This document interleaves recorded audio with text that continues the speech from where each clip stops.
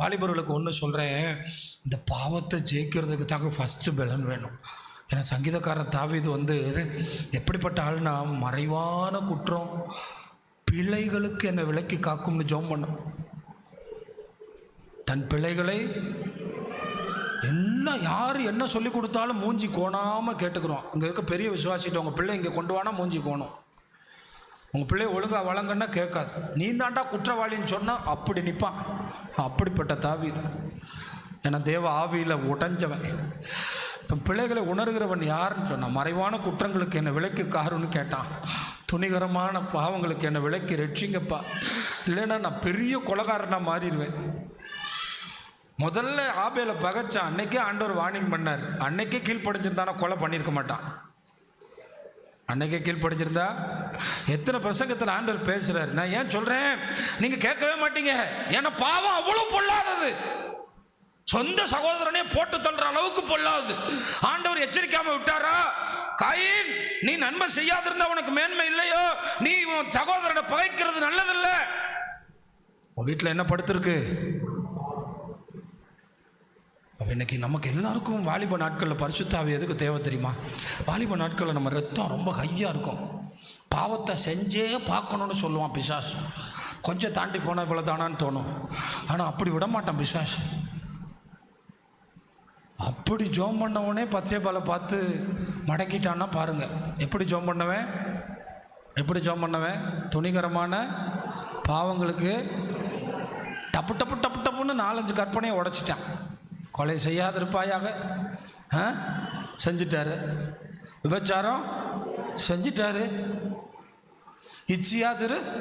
இச்சிச்சிட்டாரு, எல்லாம் உடையுது டப்பு டப்புன்னு. இஸ்ரவேலில் ஒரு கற்பனையை உடைச்சாலே அவன் என்ன செய்யப்படணும்? அதனால தான் அவன் சொன்னார், எவன் மேல் கிருபையா இருக்க, எவன் மேல் இரக்கமாக இருக்க. ஆமாம், 32ஆம் சங்கீதம் நினைக்கிறேன், எவனுடைய மீறுதல் மன்னிக்கப்பட்டதோ. ரெண்டுமே ஒரே சங்கீதம் தான், 32-51. ஒரே சூழ்நிலையில் எழுதப்பட்ட. அவன் இன்னைக்கு காலையில் எழும்பி ஆண்டவர் கோடி ரூபா தாரும் இல்லை, இந்த ஸ்கூலுக்கு போயிட்டு வர்றேன், பரிசுத்தமாக இருக்கணும். அல்லேலூயா. என் நாவல கூட பாவம் செஞ்சிடாதபடி காத்துக்கொள்ளணும். அதனால எனக்கு வேணும் உங்க வல்லமை, அதனால உங்க பலன் எனக்கு வேணும். நான் ட்ரை பண்றேன், நான் சுய கட்டுப்பாடு பண்றேன், இப்படித்தான் வாழணும்னு ஒரு கோடு போட்டு போறேன், நான் தோத்துறேன். என்ன பண்றேன்? என்ன ரொம்ப நல்லவங்க, ஆண்டவருக்கு பிரியமா வாழணும்னு நினைக்கிறேன், ஆனால் ஃபெயிலியர். நான் தோத்துறேன். நான் பாவம் செய்யக்கூடாதுன்னு நினைக்கிறேன், நான் தோத்துறேன். பாவத்தை விழுகக்கூடாதுன்னு நினைக்கிறேன், ஏன்னா பாவத்துக்கு வஞ்சனை இருக்கு. பாவத்துக்கு என்ன இருக்கு? வஞ்சனைனா நான் எப்படி பார்த்துக்கிறேன்னா, யானைக்கு குழி தோண்டி போடுறது. யானை சாப்பாடு இருக்குன்னு சாப்பிடும், யானை உள்ளே போயிடும், உடனே கூட சாகாது. அதான் பிரச்சனையே. இந்த யானை சந்தத்துக்காக குழி தோண்டி நல்ல பழங்களெல்லாம் உள்ளே போட்டு பச்சை பச்சையாக வச்சுருப்பாங்கல்ல, அப்போ யானை உள்ளே மாட்டிக்கிடுச்சுன்னா உடனே சாகாது. இந்த யானையை 20 நாள் 30 நாள் அப்படியே உள்ளே இருந்து எல்லாம் திண்டு அது சாகணும். அப்போ தான் என்ன எடுக்க முடியும்? தந்தத்தை எடுக்கும். ஆத்மாவை திருடுறதுக்கு பிசாசு பாவத்துன்னு ஒரு வலையை போட்டு வச்சிருக்கா மக்களே.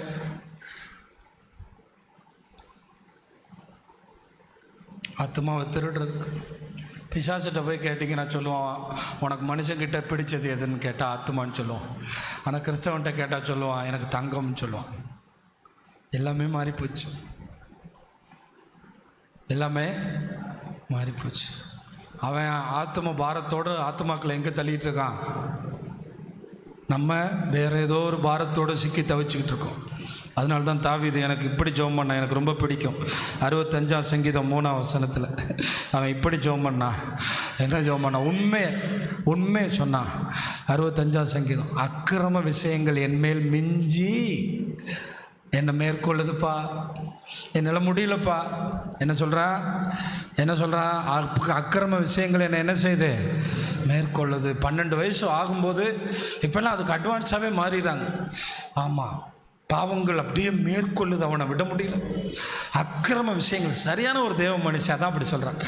அக்கிரம விஷயங்கள் என்மேல் மிஞ்சி என்ன செய்தான்? ஆமாம், கை வைத்து சொல்லுங்க, அக்கிரம விஷயங்கள் எங்களுக்குள்ள வல்லமை கொள்ளக்கூடாது, உங்கள் வல்லமையால் எங்களை நிரப்போம். சொன்னீங்களா இல்லையா? கையை உயர்த்தி சொல்லுங்கள் எல்லாரும். கையை உயர்த்தி சொல்லுங்கள் எல்லாரும். உங்கள் வல்லமையால் எங்களை, கையை உயர்த்தி சொல்லுங்கள் எல்லாரும். உங்கள் வல்லமையால் எங்களை நிரப்பும். உங்கள் வல்லமையால் எங்களை, உங்கள் வல்லமையால் எங்களை, உங்கள் வல்லமையால் எங்களை. ஏன்னா எது மேற்கொள்ளக்கூடாது. பாவம் நம்ம பண்ணுற ஜபத்தில் எது தெரியுமா? ஆண்டவரே நாங்கள் எதுலேயுமே அடிமையாகக்கூடாது.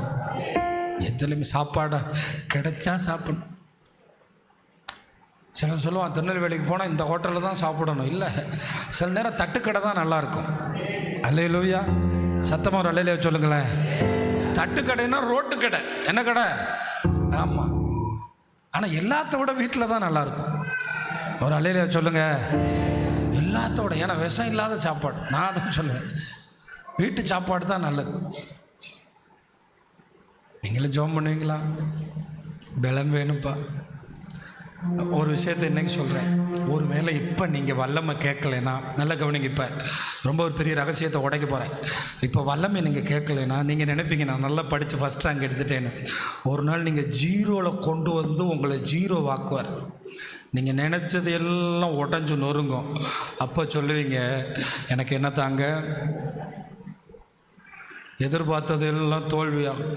அதனால தான் சிலர் ஆண்டவர் அப்படியே ஒட்டச்சு பீஸாக ஆக்குறோம். ஏன்னா அப்போ தான் அவர் வல்லமை நமக்குள்ளே வரும். கைத்தட்டி கர்த்தரை மகிமைப்படுத்துங்க. அல்லேலூயா. அதனால எனக்கு படிக்க தெரியும், படிச்சிருவேன்னு சொல்லி யாரும் சொல்ல முடியாது. இங்கே எவனும் சொல்ல முடியாது. ஆனால் அவருடைய வல்லமை நம்மளை உயர்த்தும். அப்போ அவருடைய வல்லமை அற்புதங்களை செய்து அவருடைய வல்லமை நமக்கு பலன் தருது.